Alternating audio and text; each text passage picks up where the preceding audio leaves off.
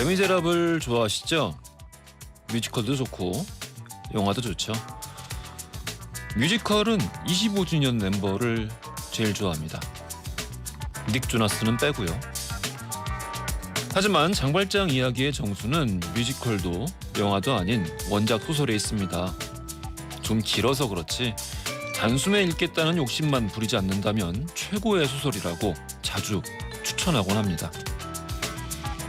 옳고 그름의 기준이 3달마다 한 번 바뀔 만큼 혼란한 시대를 정확히 관통해 살았으면서도 객관적이고 공정한 자세로 사유할 줄 알았던 빅토르 위고의 탁월함에는 천재적이라는 수사보다 그 누구보다 인간다운 인간이었다는 말이 더 어울릴 것 같습니다. 저는 초반에 미리엘 주교 이야기를 참 좋아하는데요. 청소년용으로 각색된 버전이나 뮤지컬에 비하면 굉장히 비중 있게 다루어집니다. 거기 이런 말이 나옵니다. 여기에는 미묘한 차이가 있다. 의사의 집 문은 결코 닫혀 있으면 안 되고 목자의 집 문은 늘 열려 있지 않으면 안 된다. 여기서 그 차이란 대체 뭘까요? 문장이 지시하는 결과는 같습니다. 문은 열려 있는 거예요. 하지만 닫혀 있으면 안 된다는 말과 열려 있지 않으면 안 된다는 말로 구분을 지었죠. 어제 다시 읽어봤는데요. 아마도 사람을 치료하고자 하는 자는 상대가 문 앞에서 절망하게 만들어서는 안 되고 사람을 구원하고자 하는 자는 이미 절망한 상대가 문 앞에서 머뭇거리게 하지 말아야 한다는 말이 아닐까. 그렇게 생각해 보았습니다. 오직 서로를 돕는 자만이 온전한 인간이다. 빅토르 유고는 레미제라블을 통해 그렇게 이야기하고 있습니다. 7월 2일 목요일 허지웅쇼 출발합니다. Do you hear the people sing, singing the song of angry men? It is the music of a people who will not be slaves again. 허지웅쇼 1부 첫 곡으로 들려드린 곡은요. 레미제라블 OST에 수록된 곡이죠. Do you hear the people sing? 였습니다. 0306님 반가워요 지웅님. 맨날 귀팅하다 오늘 처음으로 문자 보내네요. 항상 응원하고 있어요. 오늘도 잘 들을게요. 고맙습니다. PUI 땡땡땡님 남편이 몸쓰는 직업인데 일이 없어 쉬다가 재취업해서 어제부터 출근했거든요. 오늘 어깨랑 허리에 파스 붙여달라고 하는데 가장의 무게가 느껴져서 마음이 아팠습니다. 아, 예, 그랬군요.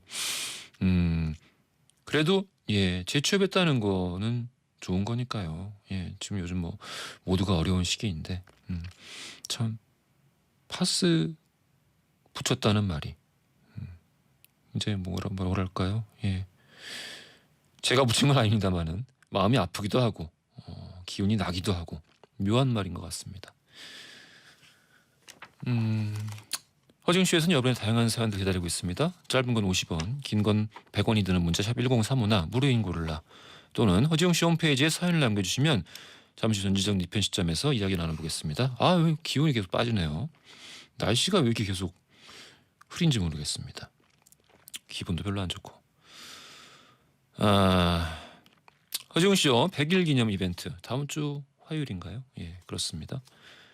인터넷 카페를 잡아라. 여러분이 참여하고 계신 인터넷 카페에 허지웅쇼 널리 홍보해 주시면은요 되는 건데 카페 이름하고 게시물 내용이 보이도록 인증샷을 찍어서 방송 시간에 짧은 건 50원, 긴 건 100원이 드는 문자 샵 1035로 보내주시면 가장 성의 있게 홍보를 해주신 한 분을 뽑아서 피자 10판을 보내드리도록 하겠습니다. 청소 이사 전문 영국 클린에서 필터 샤워기, 문서 서식 사이트 예스폼에서 문서 서식 이용권을 비롯한 다양한 선물 보내드리고 있고요. 목요일이죠. 역사 이야기를 나눠보는 날입니다.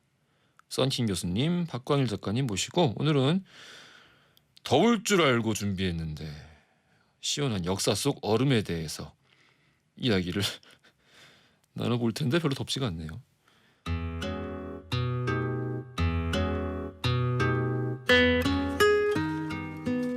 무조건 여러분의 든든한 편이 되어드립니다. 전지적 니편 시점 오늘은 6657님 사연으로 시작하겠습니다. 건설 현장에서 일하는 전기공사 기사입니다. 오늘 준공이 코앞이라 매일매일 야근에 쉬는 날도 없이 일하고 있습니다. 오늘은 쌍둥이 두 아들 생일인데 놀아주지도 못해 너무 아쉽네요. 상호, 상훈아, 아빠가 사랑해. 아이고, 예. 공사하실 때는 늘 마스크들을 원래 쓰고 하시니까 이런 공사들은 계속해서 이루어지고 있는 것 같아 보이더라고요. 동네에도 예, 공사하는 곳들이 꽤 많고 늘 안전 조심하셔야 됩니다. 예. 가끔 뉴스 보면은 그 가슴이 덜컥덜컥 내려앉을 때가 있어요. 건설 현장에서 사고가 계속 이어지니까 늘 안전 조심해서 상호 상훈이 늘 웃음 가득할 수 있게 해주시길 바라겠습니다. 성은혜님, 카페 아르바이트 중인데 오전에 사장님이 카페 관련 아이디어를 내라고 했는데 동료가 제 아이디어를 살짝 바꿔서 이야기하고 보너스를 받았어요. 내 아이디어였다고 저는 왜 말을 못했을까요? 얼떨결에 넘어갔는데 저 스스로가 너무 바보 같아서 일이 손에 안 잡혀요. 진짜 제 편 좀 들어주세요. 어허, 이런 종류의 사연이 꽤 들어오네요. 내 아이디어인데 그 팀장님이, 부장님이, 요번에는 이제 동료가 훔쳤군요. 그렇습니다. 이 참 화가 날 수밖에 없는 일이죠. 이게 팀일 때는 또 약간 가만해서 넘어갈 수 있는 부분이 있는데 동료가 이랬다고 하니까 저까지 좀 화가 나네요. 예, 그냥 너그럽게 생각하고 이거 뭐 지금 뒤집어서 어떻게 하겠어요. 너그럽게 생각하고 넘어가시고 본인 이 정신 건강을 위해서라도. 그리고 그 동료 이야기를 하자면은 이렇게 사시는 분들은 별로 좋지 않습니다. 그 인생 돌아가는 꼴이 별로 좋지 않을 거예요. 너무 뭐 앙심 품지 마시고 그러려니 하십시오. 송은이님. 6742님, 한 달에 한 명 모범사원을 뽑는데 6월 모범사원으로 제가 뽑혔네요. 인사 잘하고 출장 많이 다녀서 뽑힌 것 같습니다. 오늘도 가족과 회사를 위해 최선을 다하려고요. 옹디도 응원해주세요. 예. 모범사원 사연도 꾸준히 들어오고 있습니다. 모범사원들이 많이 듣는 방송. 저까지 기분이 좋네요. 예. 인사 잘하고 출장 많이 다녀서라고 뭐 이렇게 겸손하게 말씀하셨지만 그거 가지고 모범사원이 되나요? 열심히 일하고 성과가 있으니까 남들이 다 인정을 해서 모범사원에 이제 뽑히는 거겠죠. 축하드리고 앞으로도 늘 모범사원 앞으로도 계속해서 되시면은 참 좋겠습니다. 이런 거 상품이 있나요? 있으면 좋겠는데. 전진정 뒤편 시점에서는 여러분의 다양한 사연들 기다리고 있습니다. 짧은 건 50원, 긴 건 100원이 드는 문자 샵 1035나 무료인 고릴라 또는 저희 허지웅씨 홈페이지에 사연을 남겨주시면 추첨 통해서 선물 보내드립니다.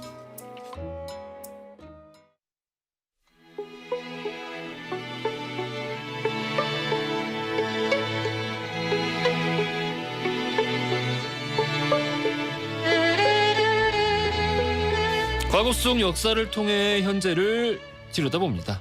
히스토리 월드 역사 여행 전문가 박광일 작가님 나오셨고요. 안녕하십니까? 안녕하세요, 박광일입니다. 예, 자팍다식의 대명사 야사의 달인 썬킴 교수님 나오셨습니다. 안녕하십니까? 뜨거운 남자 썬킴 인사드리겠습니다. 코에 뭐 묻었어?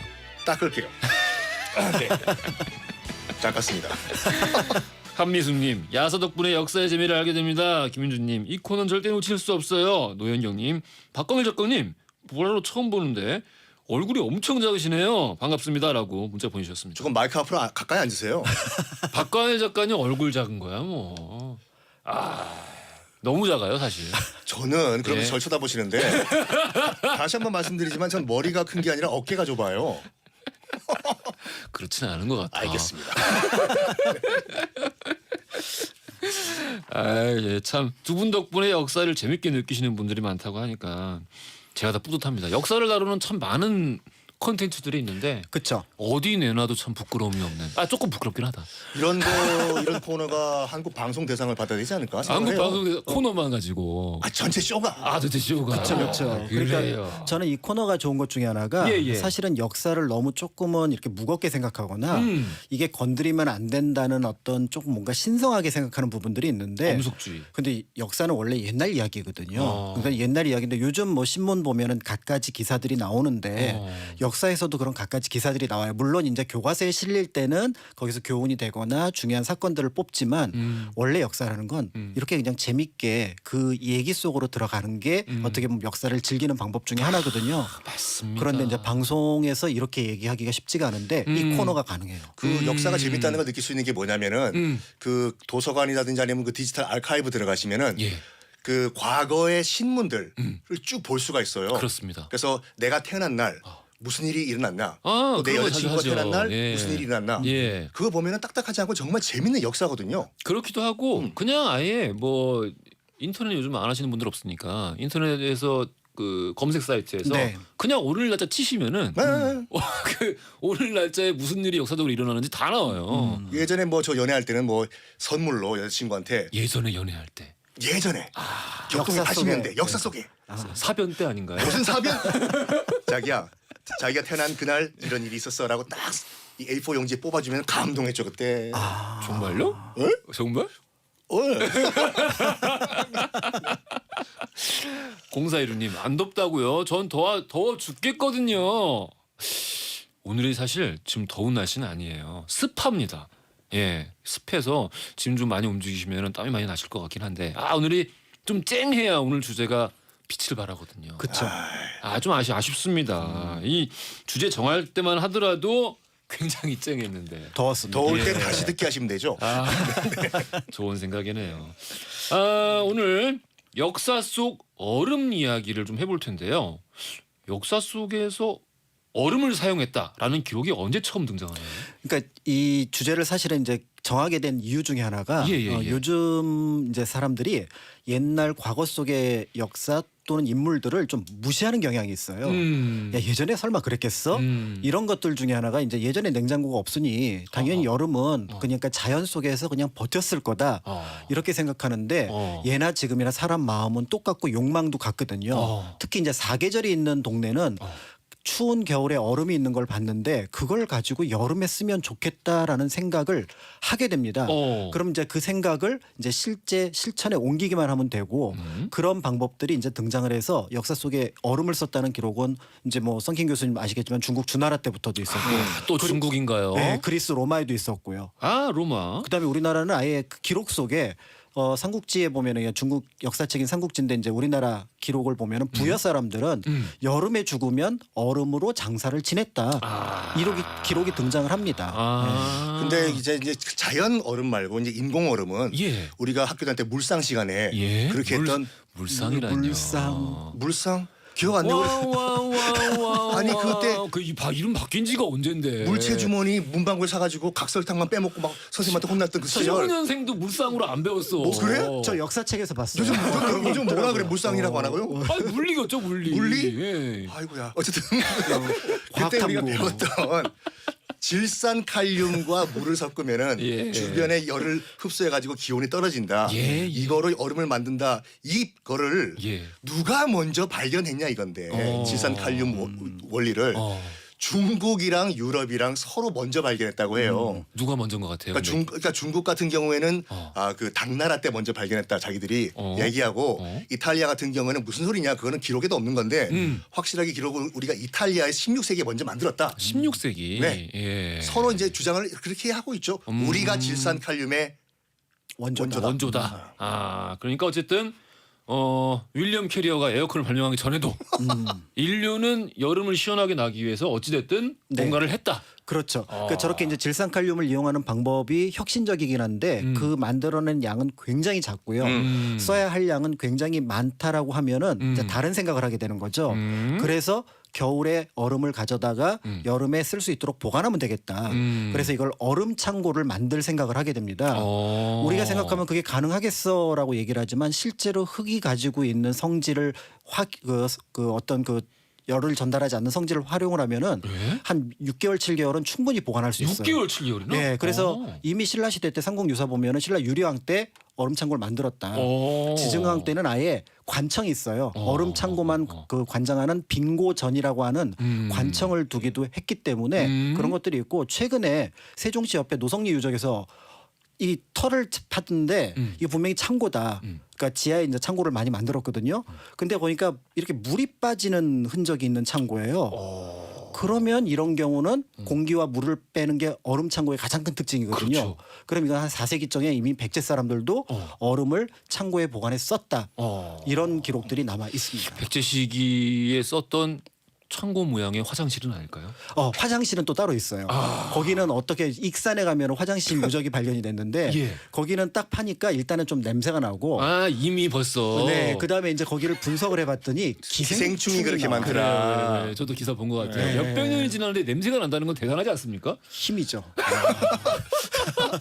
그 정말 이 얼음만큼 관련된 야사가 많은 게 없는 것 같아요. 증명이 안 되니까. 방금 같은 경우에도 노가 없어지니까. 노가 없어지니까 그 저기 파리의 노트르담 성당 옆에 가면은 예. 프로코프라는 식당이 있는데 거기 가면 녹슨 스푼이 걸려 있어요. 녹슨 스푼. 스푼. 그리고 밑에 뭐라고 설명이 되어 있냐면은 1789년에 콰지모도가 썼던 거? 뭐라고요? 화지모토가 내가 노트르담 오늘 빅토르 얘기 많이 나오네요. 록다운. 그래가지고 뭐라고 써 있냐면은 1789년 7월에 그 프랑스 혁명이 일어났을 때 프랑스 혁명 수뇌부들이 냉철함을 유지하기 위해 가지고 거기서 아이스크림을 먹고 뇌를 차갑게 하고 만든 다음에 출발했다. 그때 아이스크림은 그때 있었나요? 있었죠. 그러니까 그게 믿어야 되는 건지. 그러니까 이게 남아있질 않으니. 그러니까요. 좀 애매하긴 한데. 자, 그래서 역사 속 얼음에 대한 돌발 퀴즈 오늘도 변함없이 드리겠습니다. 자, 뭐 방금 살짝 나왔어요. 이야기가 나오긴 했는데 신라 시대 때 얼음을 보관하는 창고, 이 창고를 관리하는 관청이 있었는데요. 이 관청의 이름은 무엇일까요? 보기 드립니다. 1번 빙고전, 2번 옥두전. 자, 정답을 아시는 분들은 짧은 건 50원, 긴 건 100원이 드는 문자 샵 1035나 무료인 고릴라 게시판으로 보내주십시오. 추첨을 통해서 선물을 보내드리겠습니다. 내 친구죠.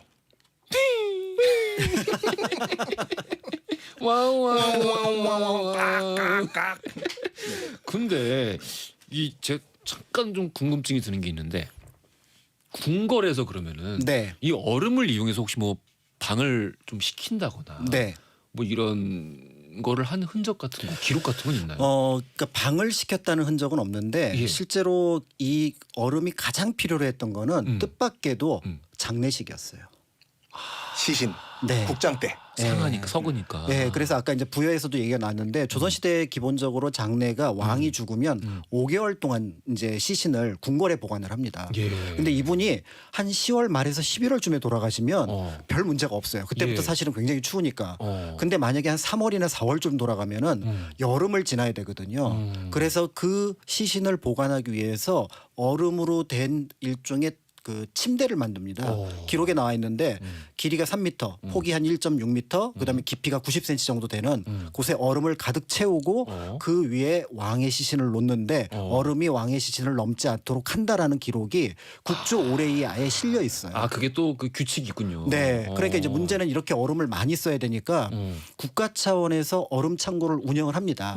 그게 바로 뭐냐면 지금 이제 그 경의중앙선이 쭉 지나고 있는데 옥수동에 옛날에 동빙고가 있었어요. 동빙고. 여기 한 1만 개 정도의 얼음을 보관했는데 이게 왕실 전용이고 거기서 조금 몇 정거장 더 가면 서빙고역이 나온다. 여기는 한 14만 개 정도의 얼음을 이제 보관을 하게 되는데 동빙고는 얼음 창고가 한 동, 그다음에 서빙고는 얼음 창고가 8동 이렇게 있어서 이제 이런 걸 가지고 아까 말씀드렸던 국가에서 필요로 했던 얼음을 쓰기도 했던 거죠. 그러면 동빙고는 왕실용이고 왕실 전용, 서빙고는 국가 정부 전용. 정부 전용. 네. 이것까지는 알고 계신 분들이 많으신데 일반 백성들이 사용을 했던 특히 일반 어부들이 사용했던 사빙고도 있었어요. 사빙고는 지금의 마포, 합정 이곳에 거의 10만 톤 규모의 10만 톤 사빙고가 있어가지고 물고기 잡는 데 썼어 그때. 얼음으로 물고기를 잡는다고요? 아니죠. 물고기도 IQ가 있는데 얼음을 물겠어요? 물고기를 잡아서 보관하는 데 썼다. 나중에 2부에서 말씀드리겠습니다. 그래? 그래요? 알겠습니다. 자, 그러면은 악동 뮤지션의 얼음들 들으면서 2부로 가겠습니다.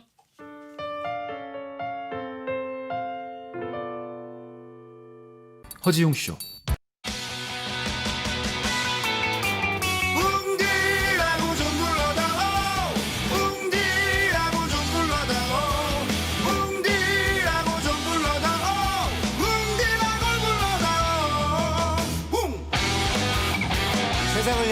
유쾌한 궁금증 허지웅 쇼.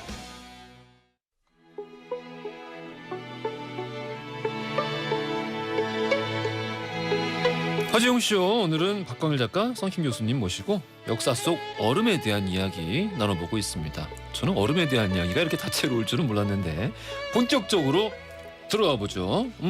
작가님 먼저 네. 소개를 좀 해주시죠. 역사 속의 얼음 이야기 뭐부터 좀 들어볼까요? 글쎄요, 이제 얼음이라고 하면은 일단은 그 이제 사실은 이제 여름에 이제 쓰게 되는데 이제 이게 단순하게 그냥 쓰는 것을 넘어서서 먹기도 했을 것 같아요.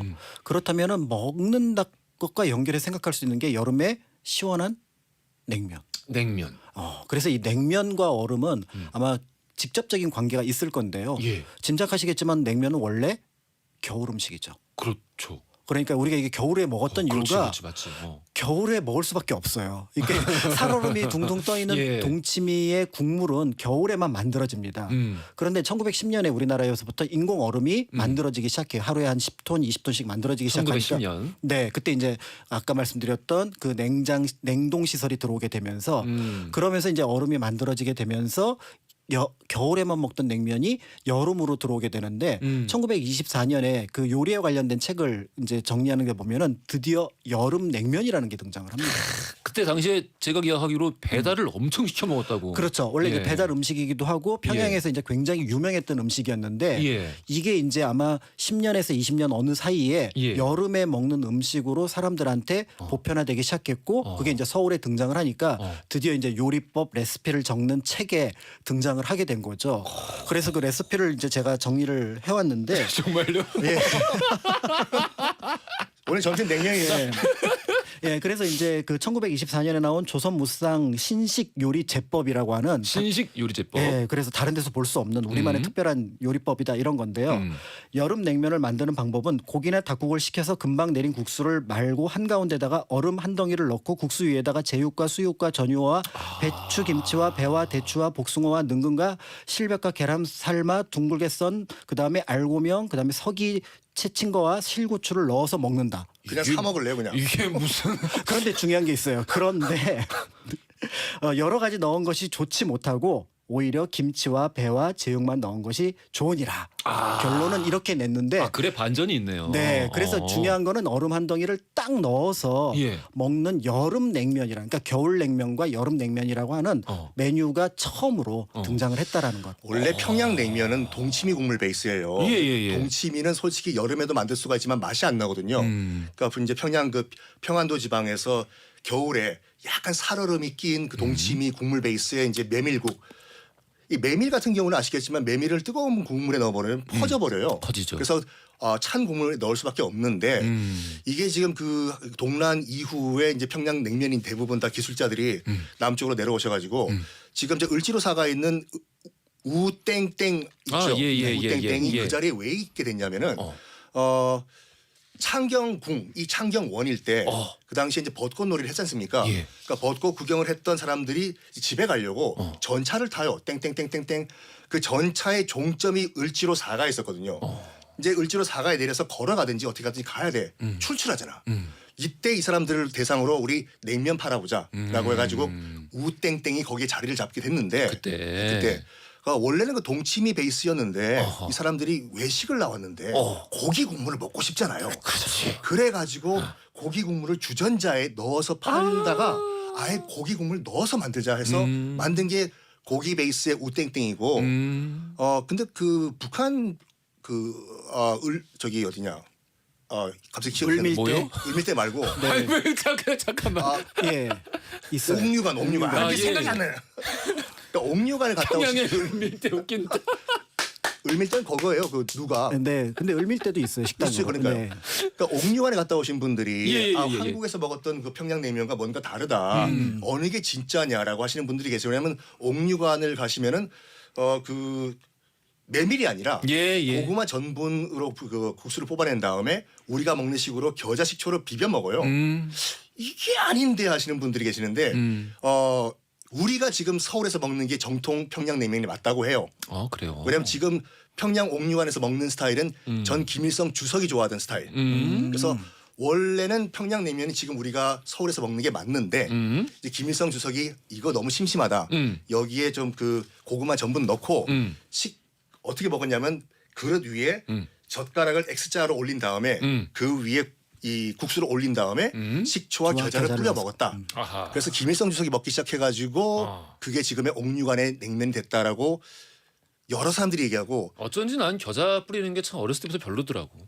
제가 그 신상욱 감독 조 감독이었잖아요. 그 신 감독이 그게 궁금했던 거야. 그래서 평양에 있을 때 그래서 그다음 김정일 위원장과 좀 친해졌을 때 물어봤대요. 서울에 있을 때 먹었던 평양냉면과 옥류관 냉면이 다르다. 어떻게 된 거냐 했더니 김정일 위원장이 솔직히 우리 아버지 입맛 때문에 그렇다고. 이거 그럼 거의 오피셜이네. 오피셜이에요. 야 재밌는데. 네.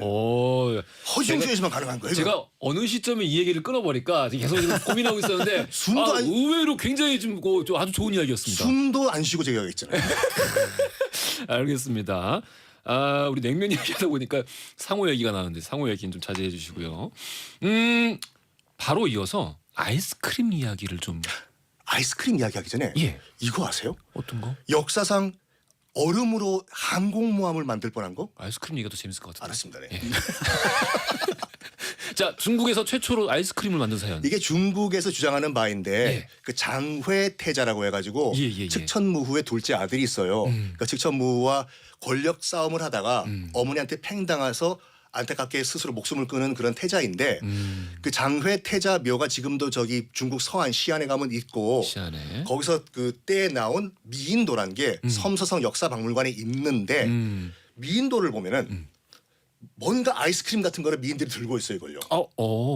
정말 이게 밑에 그 설명 보면은 세계 최초의 아이스크림이라고 설명이 돼 있는데 그게 수산이라고 해요. 수산. 수가 그 한자어로 치즈 뜻이거든요. 치즈로 올린 산이다. 치즈로 올린 산이다. 치즈로 올린 산이다. 그 밑에 보면 그 만드는 제조법이 나와 있는데 얼음을 일단 깐 다음에 쟁반에 그 위에 치즈를 똑똑똑 떨어뜨려 가지고 이게 산으로 만드는데 그게 예술 작품이다. 네가 만들고 싶은 만큼 만들어라. 이것이 중국인들은 세계 최초의 아이스크림이라고 주장을 하고 있는 게 맞을 수도 있는 게 마르코 폴로의 동방견문록을 보면 그게 1280년도에 나온 거잖아요. 동방견문록에 마르코 폴로가 직접 중국에 왔다는 가정하에 보면은 거의 뭐 요즘에는 마르코 폴로 실제로는 중국에 안 갔다는 이야기가 많이 있죠. 어쨌든 동방견문록에 보면은 그 당시 원나라니까 이 중국에 오니까 우유를 얼려가지고 우유를 얼린 다음에 샤베트를 만든 다음에 이건 아이스크림이지. 거기다 얼음을 섞어서 원나라 사람들이 먹더라. 이 레시피를 가져서 그 당시 이제 이탈리아를 통해 가지고 영국, 프랑스로 전달한 것이 유럽의 아이스크림이다. 라고 중국인들이 주장을 해요. 근데 그 치즈를 똑똑똑 떨어뜨린 거는 제가 듣기에는 이걸 아이스크림이라고 부르는 게 너무 중국인들은 모든 걸 자기가 최초라고 이야기를 하는 거죠. 저한테 그러세요. 비구수에 가깝죠. 오히려. 그러니까. 저한테 그러세요. 알겠습니다. 작가님 또 하나 소개해 주시죠. 네, 얼음이라고 하면은 이제 짐작하시겠지만 조선시대 어떻게 썼을까 있는데 이런 것들을 생각을 하게 되는데요.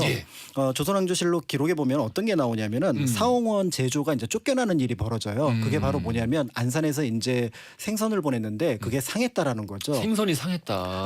그러니까 이제 여기서 이제 얼음을 어떻게 썼는지 짐작할 수 있는데 당시에 이제 어떤 음식들 특히 이제 썩기 쉬운 것들을 여름에 옮기거나 보관할 때 썼다라는 기록이 남아 있고 헌종 같은 경우는 아예 그런 얘기를 합니다. 우리가 지금 이제 궁궐에서 쓰는 것 중에서 전복을 생전복이나 이제 삶은 전복을 쓰는데 사실은 원래는 이제 마른 전복을 많이 쓰거든요.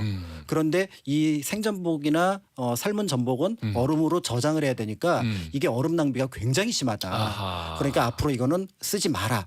이런 기록들이 나오고 있는 거죠. 그래서 중국에서 아이스크림을 만들어 먹을 동안 우리는 이 얼음도 아까우니 아껴 쓰자. 심지어는 이제 그 배정을 해야 되는 공간들을 아예 법전에 정리를 해놨는데 얼음을 어디에 써야 되느냐 그러면 감옥에 써야 되고 그 다음에 병원에 써야 된다.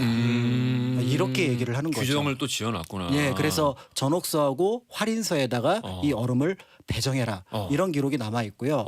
나중에 이제 그 조선 후기쯤 되면은 이제 얼음들이 이제 이제 많이 쓰게 되니까 이걸 가만히 보니까 민간에 있는 그 대신들이 장례를 치를 때도 시신이 상한단 말이죠.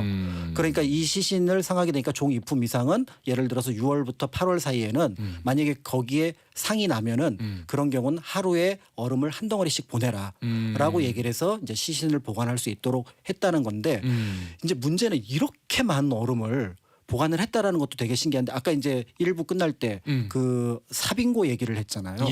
사실은 이제 역사 속에 놓친 것 중에 하나가 이 동빙고, 서빙고 얼음을 다 합쳐봤자 15, 16만 정밖에 안 되는데 실제로 서울에서 썼던 얼음은 100만 정 이상입니다. 100만 개 이상이에요. 그럼 그게 다 어디서 났냐? 그거 전부 다 민간에 장사를 하는 사람들이 겨울에 똑같이 채취를 해서 자기의 개인 얼음 창고에 보관을 했던 겁니다. 아, 개인 창고. 사빙고라고 하죠. 왜냐하면은 이제 선조 때 기록에 어떤 게 나와 있냐면은 서빙고가 굉장히 얼음을 궁궐에서 중요하게 생각을 하는데 도둑이 들었다. 얼음 도둑. 얼음 도둑이 들어온 거예요. 그러니까 이게 여름이 이제 한 중간인데 쓸 얼음이 없는데 문제다. 이런 얘기가 나왔다는 건 당시 얼음이 굉장히 중요한 상품이었다라는 거죠. 그러니까 그 상품이 일반의 민간에 유통이 된다라면 당연히 장사하는 사람들은 이거를 그럼 팔아야겠다라고 생각을 하고 이제 심지어는 이거를 그냥 파는 게 아니라 왕실하고 결탁을 합니다. 그래서 독점권을 받아내기 위해서 끊임없이 노력을 해서 실제로 경강상인들이 독점권을 받아내요. 그러니까 얼음값이 굉장히 비싸서 일반 민간인들은 못하고 양반들이나 이제 여름에 이제 뭔가 이제 자기를 드러내고 싶을 때 얼음을 쓰는 거죠. 드러내고 싶을 때? 그러니까 음식이라든지 이런 데 얼음 채반에 받쳐서 낸다거나 이렇게 세니까 내가 이 정도 좀 한다. 그러니까 지금으로 치면은 뭐 플렉스가 되는 거죠. 이제 이런 방식으로 쓰니까 이제 그 얼음값이 점점 올라가서 이제 오히려 진짜 써야 될 민간의 아픈 사람들이나 약자들이 못 쓰게 되는 거죠. 그래서 또 정조가 누굽니까? 혁파합니다. 그래서 이제 얼음값이 정조 때 한 정조 12년 13년경에 뚝 떨어져서 조금 더 편하게 쓸 수 있었다. 그러니까 그런 내용들을 이제 배경으로 만든 영화가 바람과 함께 사라지다. 이런 영화들도 등장을 하게 됐던 그러니까 거죠. 초반에는 거의 전형적인 사치품의 그 양상을 띄었네요. 그렇죠. 왕실 또는 최고 위층만 쓰던 것들이 조선 후기에 그나마 이제 상업적인 어떤 상황이 만들어지게 되면서 일반 민간인들도 조금 접근이 가능해졌던 거고요. 그래서 조선은 사실은 겨울에 춥지 않은 게 굉장히 큰 문제였어요. 겨울에 춥지 않다. 얼음이 얼지 않으면 얼음을 구할 수가 없어서 그래서 한 11월이 됐는데도 강에 얼음이 얼지 않으면 이제 양력 12월에 해당하는 거니까 그때는 이제 왕이 직접 나서서 기우제를 지내듯이 기한제를 지냅니다. 기한제. 예, 제발 차갑게 해주십시오. 왜냐하면 이때 얼음을 구하지 못하면 여름에 굉장히 큰 어려움을 겪게 되는 거예요. 필요한 데 쓰지 못하고 아픈 사람도 더 힘들어지고 이런 상황들이 만들어지게 되니까 뜻밖의 겨울이 추워야 됐던 것들이 결국은 얼음을 얻기 위해서 그 여름을 썼다라는 면. 그러니까 우리가 역사를 볼 때 우리가 생각하는 지금의 일상과 조선시대 사람들의 일상이 얻는 방법은 다르지만 그 실제로 누렸던 생활 방식은 크게 다르지 않았다. 이런 것들을 볼 수가 있습니다. 이거 좀 신기한데. 정조 이후에 그러니까 좀 이제 좀 일반 민중들이 이제 민중들이 하고 그다음에 사실은 얼음이 이제 일정하게 이제 독점권이 사라졌다. 이렇게 볼 정도로 얼음이 굉장히 중요한 상품이었다. 이렇게 볼 수가 있는 거죠. 알겠습니다. 선희 교수님. 뭘 할까 하다가 이거는 그 우리 또 작가님께서 정사를 말씀해 주셨지 않습니까? 그럼 저도 정사를 얘기할게요. 야사 같은 정사인데 이건 진짜예요. 진짜다. 2차 대전 때 영국군이 얼음으로 항공모함을 만들 뻔했어요. 진짜로. 아까 하려다 말았던 얘기. 이게 인류 전쟁사 중 가장 황당한 시도 탑 10 중에 들어가는 건데 2차 대전이 터진 다음에 이제 영국군이 이제 독일 유보트가 영국을 이제 봉쇄를 해버리니까 상선과 군함이 나갈 수가 없어요. 큰 문제였죠. 큰 문제였죠 유보트 때문에. 그래서 이제 그 독일 잠수함들을 이제 격침을 시켜야 되는데 대잠 초계가 나가야 되지 않습니까? 근데 영국 본토에서 이제 나가봤자 그 전투기들이 한계가 있어요. 그 전문 용어로 에어갭이라고 하는데 이 에어갭을 타파하기 위해서 제프리 파이트라는 사람이 그럼 얼음으로 항공모함을 만들어보자 라는 황당한 제안을 해요. 그게 스텔스인가요? 아니요. 그게 아니라 제프리 파이크가 이제 그 얼음으로 이제 항공모함을 만드는 게 뭐냐면 아이디어를 얻은 게 우리가 에스키모라고 불렀던 이누이트 얼음 썰매가 안 녹더라. 그 이유를 보니까 얼음에 이끼 같은 걸 넣으니까 녹질 않더라. 저거다. 그럼 얼음에 목재 펄프를 갈아서 한번 집어넣어 보자. 그러면 녹지가 않을 것이다. 해서 블록을 만들어서 띄워보니까 안 녹아요. 기온이 내려가도 영상으로 올라가도 총으로 쏴도 총알이 관통을 못해. 이거로 항공모함을 만들어가지고 나가자.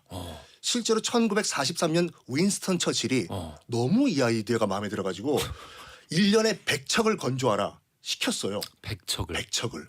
그래가지고 시제품을 만들어요. 제프리 파이크가. 예. 그 제품 그 새로운 물질 이름을 자기 이름을 따가지고 파이크잖아요. 파이크. 콘크리트를 따가지고 파이크리트라고 만들어버려요. 파이크리트. 시제품을 220만 톤짜리 한 대를 만들어요. 아 정말로. 만들어요. 영국에서. 안 떠. 아니 뜨긴 뜨는데 문제가 뭐냐면 많이 가라앉을 텐데. 그러니까요. 예. 이것까지 계산을 못한 거예요. 수면과 가판이 똑같아. 레벨이. 사람은 어떻게? 근데 비행기를 실으면 바퀴가 가라앉아. 그러니까 그분들이 빙산의 일각 이런 놀랐어, 속담을 몰랐던 그걸요. 거죠. 그냥 얼음 속에 톱밥 집어넣으면 안 녹을 거다. 이 사람들이 어떻게 생각했냐면 독일 유보트가 미사일 어뢰를 쏘면 구멍이 날 거 아니에요. 물로 다시 메꾸면 된다. 자동 그 생성이잖아요. 그리고 또 결정적으로 이 보관을 북해 지역에다 이제 항공모함 보관하려고 했었는데 녹지 않게. 안 녹을 거는 줄 알았죠.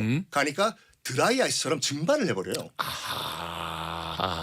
그래서 시제품 한 대만 만들고 사라진 역사 속에 얼음 항공모함이 있었다. 유보트가 참 여러 가지 이벤트를 만들어냈네요. 진짜 유보트에 관련된 역사 이벤트만 제가 한 11가지 넘는 것 같은데. 12가지. 그러게 나중에 언제 해전사를 한번 해야 되지 않을까라는 생각이 드는데요. 네, 참. 나름 또 우리 박 작가님도 전쟁사 전문이시잖아요. 저 전쟁사 전문 아닙니다. 알겠습니다. 네, 얼음사 전문이죠. 매주 바뀌는. 네네네. 그래요. 근데 방금 배 이야기가 나와서 그런데 조선에도 빙어선 뭐 이렇게 나오는 게 있는데. 일단은 조기잡이 어선 같은 경우에는 이제 많이 잡았잖아요. 근데 영화 제가 나왔던 제 비슷한 사람이 나왔던 퍼펙트 스톰 기억나시죠? 예. 네. 정확하게 말씀을 하셔야 합니다. 퍼펙트 스톰에서 스톰으로 나왔어요. 내가 태풍이다. 그래서 황새치 어선이지 않습니까? 예. 황새치를 잡았는데 냉동 시설이 고장이 나가지고 이 빨리 한국까지 가야 되는데 최단기 지름길이 스톰을 통과하는 거지 않습니까? 예. 그러다가 이제 사고가 났는데 그만큼 냉동이 중요하지 않습니까? 이 법성포도 그렇고 연평도도 그렇고 이제 어선들이 조기를 잡은 다음에 무거워서 그 경강 한강까지 못 가요. 그럴 경우에 상고선이라고 해가지고 진짜 빠른 배달배가 가가지고 그 바다에서 조기를 담아서 다시 이제 합정이나 마포 쪽으로 오는 배들이 있었는데 합정 마포 쪽으로. 그 중에 빙어선이라고 있었어요. 빙어선. 아까 말씀드렸던 이 사빙고에서 얼음을 채워가지고 왜냐하면 아무리 상고선이 빠르다고 하더라도 썩으니까 염장을 한다든지 굴비로 만들었거든요. 근데 빙어선에 조기를 넣으면은 한양에 있는 양반들이 조기를 거의 회같이 생물로 먹을 수 있었어요. 나는 빙어선 단어만 보고 방금 그 파이크리트 이야기를 들어서 그런지 이거 얼음으로 만든 배를 조선에서도 이 왜 생각을 빙어잡이로 했네요. 생각하시지 왜? 그러니까 단가가 굉장히 비쌌거든요. 그래서 그 당시에 정말 먹기 위해서 미식을 위해서는 돈을 마음대로 쓰는 양반들이 많았다. 그렇죠. 이제 사실은 이제 그런 거 생각을 해보면은 지금 우리가 생물로 되어 있는 것들을 여름에 먹을 수 있다라는 게 얼마나 큰 혜택인가. 맞습니다. 당시로 보면 왕이나 최고 위층들만이 그런 음식을 먹고 그런 것들을 누릴 수 있었는데 지금은 너무 편하게 가까운 어떤 마트 가서 좀 사갖고 와서 바로 또 우리 집 냉장고를 넣고 하는데 물론 과학이라고 하는 것들이 그런 편리함을 위해서 도와주긴 하지만 그 과학이 아니었다면 우리는 어떤 그런 생활을 누리지 못했을 거다라는 생각을 하면은 그거에 대한 고마움과 더불어서 또 환경에 대한 문제 이런 것들도 같이 고민을 해보면 좋을 것 같다는 생각이 들기도 하죠. 아까 사빙고 이야기 말씀해 주셨는데 배상호님께서 얼음을 백성에게 그냥 나눠주는 경우도 있었나요 하고 여쭤보셨거든요. 이제 굉장히 어떤 더운 어떤 상황이 만들어지면 나눠주기는 하는데 워낙 비싸서 일반적인 그 평민들에게는 가지 않고요. 아까 말씀드렸던 것처럼 활인서나 전옥서처럼 특별한 공간에 있는 또는 특별한 상황에 있는 사람들에게 제공을 했었고 그렇지 않으면 아까 얘기했던 사빙고에서 이제 그 얼음을 좀 사서 쓰는 방식을 했어야 했던 거죠. 정혜수님, 저 얼음 이야기 듣다 보니까 얼음 동동 띄운 미숫가루가 마시고 싶어서 얼음 얼리고 왔어요. 얼음이 그냥 당연한 건 줄 알았는데 고맙게 여기면서 먹어야겠어요. 시원하고 칼로리도 없고 완전 좋아요. 얼음에서 고기 맛이 나면 참 좋을 텐데. 얼음에서 고기 맛이 나게 하는 게 사실은 냉면에 영향을 끼쳤죠. 지금은 이제 우리가 얘기하는 그 조미료가 예. 바로 그 즈음에 나와서 사실은 여름 냉면이 결정적으로 퍼지게 된 게 얼음 더하기 조미료입니다. 갓 블레스 조미료. 그게 요즘 어르신들이 아직도 쓰시는 아지노모토라는 그런 그렇죠. 조미료죠. 한자를 그냥 그대로 쓰면 이제 그게 나오는 거니까. 그래서 이제 그런 것들도 연결이 되어서 어떻게 보면 우리 입맛을 바꿔버린 그런 음식의 어떤 문화 패턴을 바꿔버린 혁명이죠, 혁명. 상황이 된 거죠. 그렇습니다. 자, 돌발 퀴즈 정답 알려드리겠습니다. 신라시대 때 얼음 창고를 관리하던 관청의 이름 바로 1번 빙고전이었습니다. 자, 당첨자 명단은 선곡표란에 올려놓을 테니까 확인 부탁드리고요. 자, 오늘도 변함없이 꽉 차 있는 역사 이야기, 역사 속 얼음에 대해서 오늘은 좀 살펴봤고요. 지금까지 박광일 작가님, 썬팀 교수님이었습니다. 감사합니다. 감사합니다. 감사합니다. 허지웅 씨 내일은요. 김관진 씨랑 같이 배틀쇼, 선곡 배틀쇼 하는 날인데요. 스페셜 게스트로 요즘 놀면 뭐하니에 출연해서 유재석, 이효리, B 씨의 사랑을 듬뿍 받고 있는 뉴트로 가수, 뉴트로 작곡가 박문치 씨와 함께하겠습니다. 내일도 기대 많이 해주시고요. 끝곡으로는 이적의 당연한 것들 준비했습니다. 이 곡 들으시면서 저는 내일 아침 11시에 다시 찾아뵙겠습니다. 지금까지 허지웅이었습니다. 거리를 걷고 친구를 만나고 손을 잡고 껴안아주던 것 우리의